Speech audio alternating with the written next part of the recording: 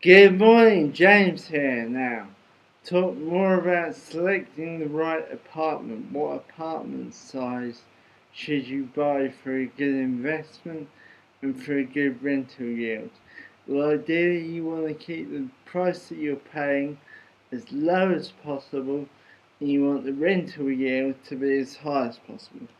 So you don't want to be really investing in Western economies where the markets are at the roof and you're paying 200,000 for an apartment and you're getting 5 or 6 thousand a year. The rental yield just doesn't stack up, and it doesn't excite me. It doesn't interest me at all.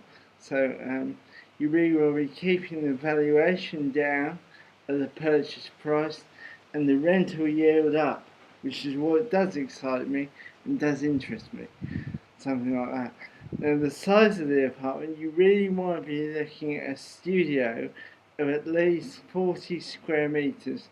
Anything below this, like 20 square meters, you're not going to be able to swing a cat in there. It's not going to be any good.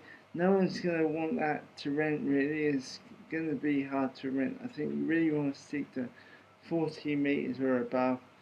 And don't go too big. If you go 3 bed, and ridiculous money, the figures just aren't going to stack up.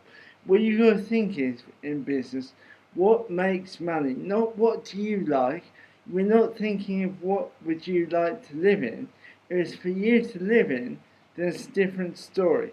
If you want the profit to stack up, then you need to keep the size of the unit down to keep the initial purchase price down of the apartment, to keep the size down so the price is down and the figures stack up.